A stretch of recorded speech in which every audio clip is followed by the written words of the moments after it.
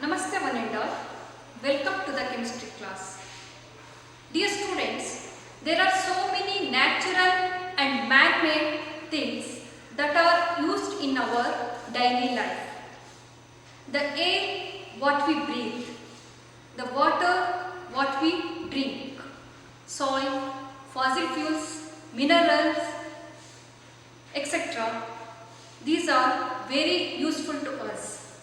The man-made things like plastics, ceramics, vehicles, glass, etc. To make these things, we need natural resources.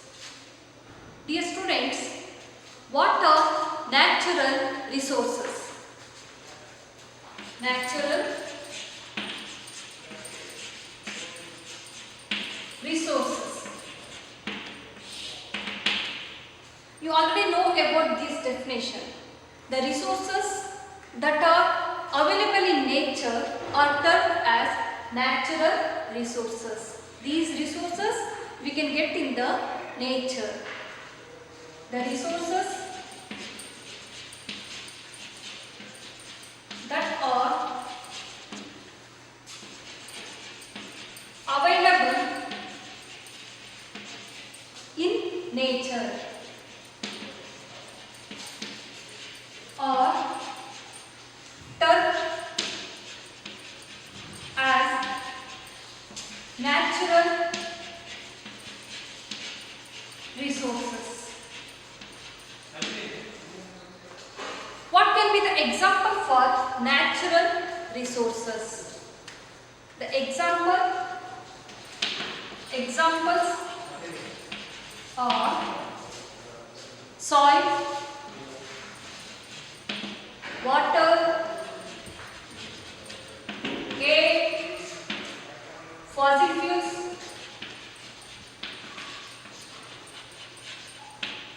minerals, etc.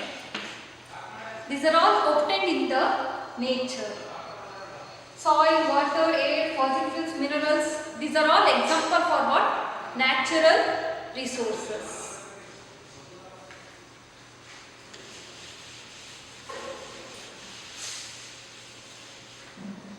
Depending upon the availability of resources, there are two main types of classification. Natural resources are broadly classified into two main types depending upon the availability. The first one is exhaustible natural resources. Second one is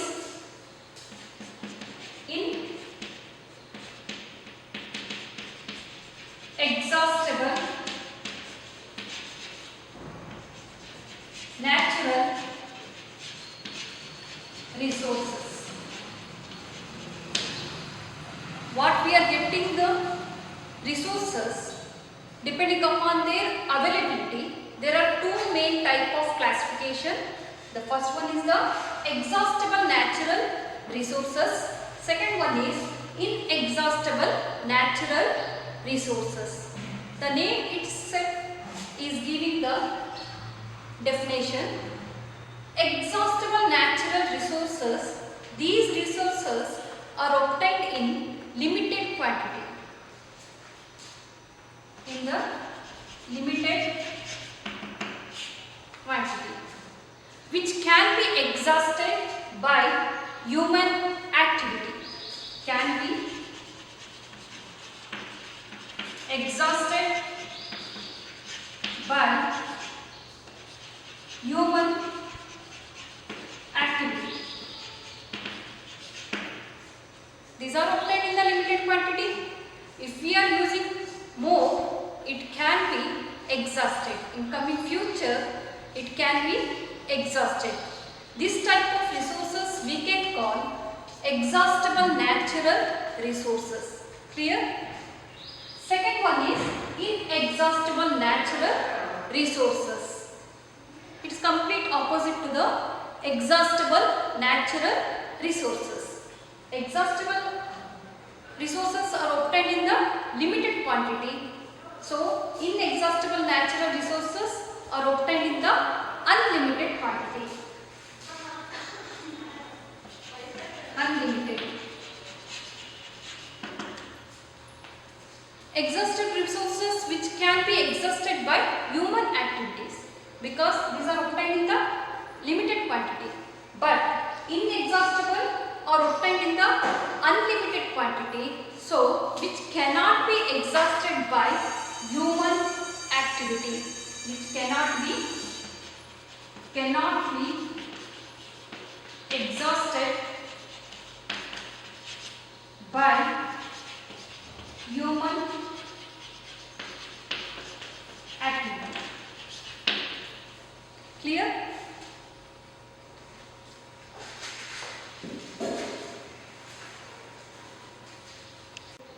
Let's look into the definition of exhaustible natural resources and inexhaustible natural resources. We already discussed.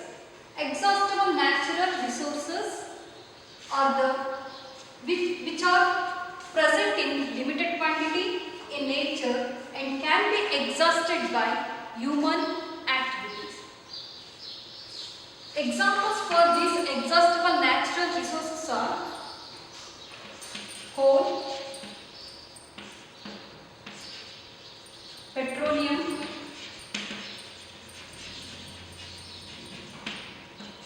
natural gas,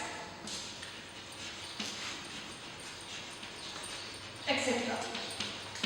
These are present in limited quantity, so which can be exhausted by human activities. If we use more and more, after a few years, it can be exhausted. Second one is inexhaustible natural resources, which are present in unlimited quantity, in nature and are not likely to be exhausted by human activity. So, examples: soil, air, sunlight, etc. These are present in unlimited quantity, so which cannot be exhausted by human activities. So, today's topic is coal and petroleum, which comes under the exhaustible natural resources. Let's move on to the coal and petroleum. The chapter 5 is coal and petroleum. By hearing these two words, that is coal and petroleum, you may feel that you are already familiar with them.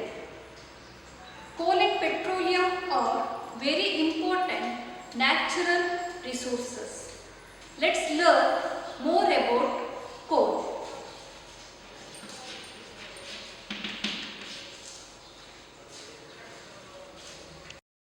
Story of coal. Coal is an exhaustible natural resource and it is formed from fossils. It is black in color and oddest stone. Earlier, coal was used in railway engines to produce steam to run the engine. Coal is also used as a fossil fuel to cook food. In thermal power plant, coal is used to produce electricity. Coal is used as a fuel in various industries.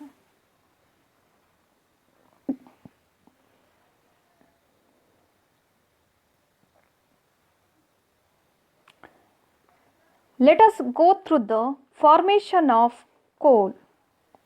About 300 million years ago, the earth had denser forests in low-lying wetland areas. Due to natural processes like flooding, earthquake, volcanoes, etc., these forests were buried under the surface of the earth. As more soil deposited over them, they were compressed. Due to the high pressure and high temperature, and also in the absence of air, the dead plants got slowly converted into coal. As a coal mainly contains carbon, the slow process of conversion of dead vegetation into coal is called carbonization. Since it was formed from dead vegetation, coal is also called a fossil fuel.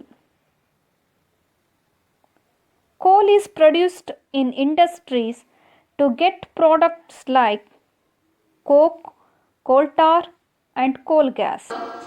Different types of coal. You already know that coal consisting of carbon.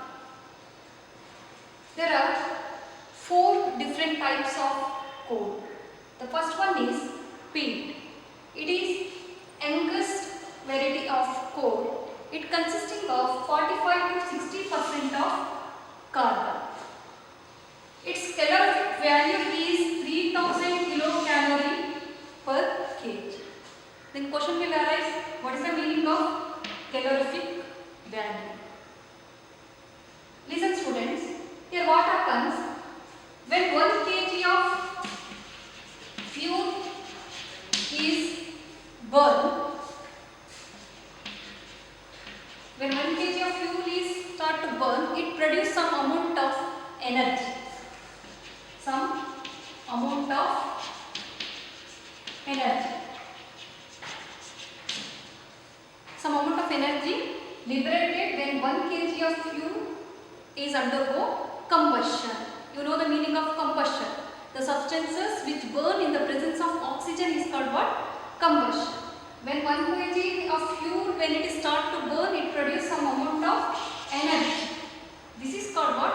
Calorific value. Amount of energy liberated when 1 kg of fuel start to burn. This is different for different fuel. So, peat, when 1 kg of peat undergo combustion, it liberates 3000 kilocalorie of energy. Clear? So, like that, lignite, when 1 kg of lignite start to burn, it produces 4500 kilocalorie energy. Clear? It is different for calorific value is different for different fuel. So, peat calorific value is 3000 kilocalorie per kg. Come to the next one, lignite. It contains 60 to 75% of carbon. Then its calorific value is 4500 kilocalorie per kg. It means when 1 kg of lignite undergo combustion, it produces 4500 kilocalorie of energy.